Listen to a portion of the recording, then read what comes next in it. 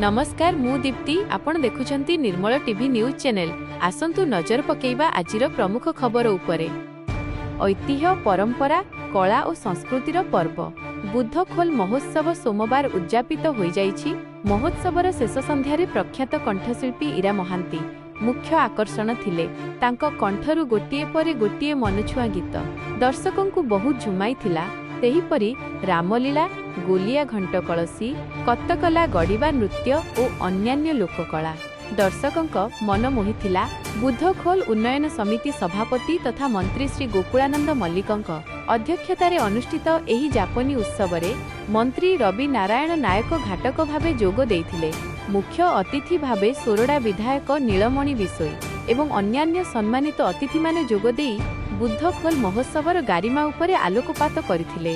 एही अवसररे बहु प्रतिभावान व्यक्तिविशेष शिल्पी क्रीड़ाविद एवं स्वेच्छासेवी अनुष्ठान को संबर्धित करा जायथिला। त्रिदिवसीय महोत्सवर शेष संध्यारे शांति श्रृंखला रक्षा पाई पुलिस नियोजित रहिथिले एवं कमिटीर सदस्य माने संपूर्ण सहयोग करथिले। शेष संध्या शेष संध्यारे आमर मान्यवर पानीय जल पंचायत राज एवं आमर रूरल डेवलपमेंट मंत्री श्री रवि नारायण नायक महोदय बड़ भाई जोग देइथिले।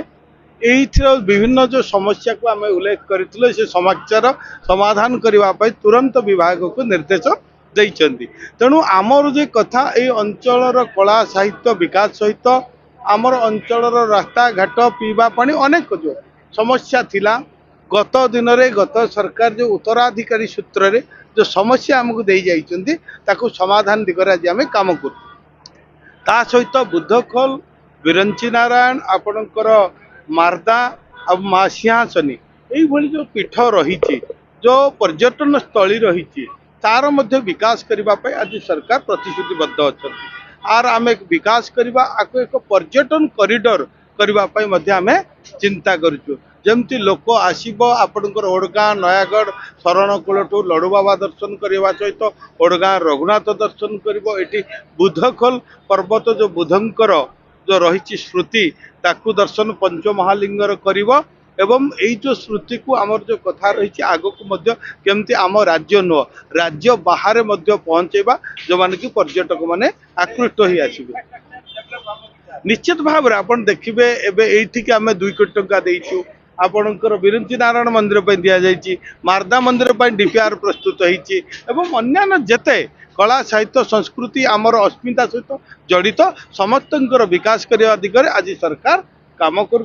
निश्चित भाव में मुझे कथा दूसरी आपण मान जरिए जे आमर ये अंचलर ओडिशार सार्वजनिक विकास करने सहित ओडिशा को एक विकसित समृद्ध राज्य 2036 सुधा परिणत करने रोड मैप प्रस्तुत होते से दृष्टि गंजाम आज सबुठार अधिक उदय होड़िशा प्रदेश 30 जिल्लार जदि देखा गंजाम जनता गंजाम लोक आज उड़ीसा प्रदेश नुहे सारा विश्व अच्छा कारण तृतीय शताब्दी ठारू वर्तमान पर्यंत जदि देखा तांकर जो विकास है से विकास क्षेत्र में अनेक गुड़े व्यवस्था अच्छी से माने निज को प्रतिष्ठित करि पारिले निज संस्कृति को निजर कला को विकसित करि पारिले।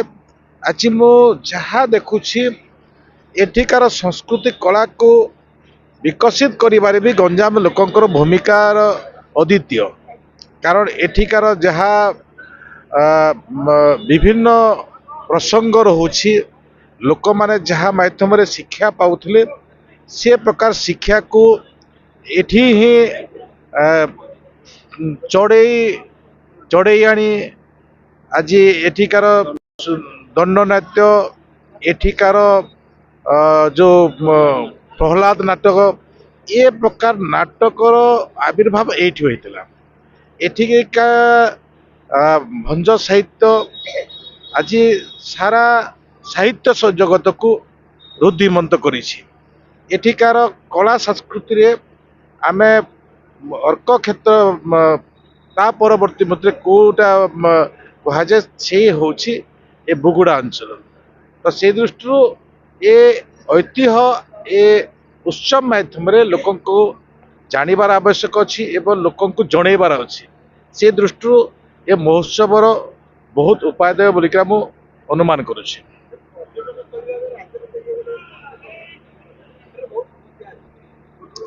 ଦେଖନ୍ତୁ ଏଠିକାର ସମସ୍ୟାକୁ ନେଇ ମୁଁ ଉଲ୍ଲେଖ କରିଛି। ମୋର ବକ୍ତବ୍ୟ ମାଧ୍ୟମରେ ଏଠିକାର ସମସ୍ୟା କେମିତି ଦୂର ହେବ, ଏଠିକାର ଲୋକଙ୍କର ଆହୁରି ବିକଶିତ ହେବେ, ଏଠିକାର ବୁଦ୍ଧ ଖୋଲ ଯେଉଁ ପେରେନିଆଲ ସୋର୍ସ ଥିଲା, ଯେଉଁ ଝରଣା ଥିଲା, ସେ ଝରଣା ଶୁଖି ଶୁଖି ଯାଉଛି। ସେଇଥିପାଇଁ ଆଗାମୀ ଦିନରେ ଯେଉଁମାନେ ଏଠିକି ଆସିବେ ସେମାନଙ୍କ ପାଣି ଆବଶ୍ୟକ ଅଛି। ତା ଦୃଷ୍ଟିରୁ ବି ଆମେ ଆଜି ବିଭାଗ ସହିତ ଆଲୋଚନା କରିଛୁ ଏବଂ ଆଜିକାର ସରକାର ଡବଲ ଇଞ୍ଜିନର ସରକାର ଭାରତ ବର୍ଷରେ ଓଡ଼ିଶା ପ୍ରଦେଶରେ ଯେଉଁମାନେ ଟୁରିଷ୍ଟ ଅଛନ୍ତି, ଯେଉଁମାନେ ଦେଖିବା ପାଇଁ ଆସୁଛନ୍ତି, ସେମାନଙ୍କ ପାଇଁ ଅଧିକରୁ ଅଧିକ ଖର୍ଚ୍ଚ କରୁଛନ୍ତି। କାରଣ ଆମର ଅର୍ଥନୀତିକୁ ବଢ଼ିବା ପାଇଁ ହେଲେ ବାହାର ଦେଶରୁ ଦର୍ଶକ ଆସିବାର ଆବଶ୍ୟକ ଅଛି। ଏ ମାଟିକୁ ବି ଚୀନ ପରିବାରଜକ ୱେନସାଙ୍ଗ ଆସିଥିଲେ। ଆଗାମୀ ଦିନରେ ଏ ବୁଦ୍ଧ ଖୋଲ ଏପରି ହଉ ଯେ ଚୀନର ବି ଲୋକ ଆସିବେ, ଚୀନର ବୁଦ୍ଧିଷ୍ଟ ମାନେ ଆସିବେ, ନେପାଳର ବୁଦ୍ଧିଷ୍ଟ ମାନେ ଆସିବେ, ଭାରତ ବର୍ଷର ବୁଦ୍ଧିଷ୍ଟ ମାନେ ଆସିବେ, ଭୁଟାନର ବୁଦ୍ଧିଷ୍ଟ ମାନେ ଆସିବେ, ସମସ୍ତେ ଆସିବେ। ସେ ପ୍ରକାର ଚିତ୍ରଣ ଆଜିକା ସରକାର ନିଶ୍ଚିତ ଭାବରେ ନିଷ୍ପତ୍ତି ନେଇ କାମ କରିବ। ଷ୍ଟେଟ୍ ହେଡ୍ ଶିବ ନାୟକଙ୍କ ରିପୋର୍ଟ, ନିର୍ମଳ ଟିଭି। ଏହିପରି ଅପଡେଟ୍ ପାଇଁ ଆମ ନିର୍ମଳ ଟିଭିକୁ ଲାଇକ୍ ଓ ସବସ୍କ୍ରାଇବ୍ କରନ୍ତୁ। ଧନ୍ୟବାଦ।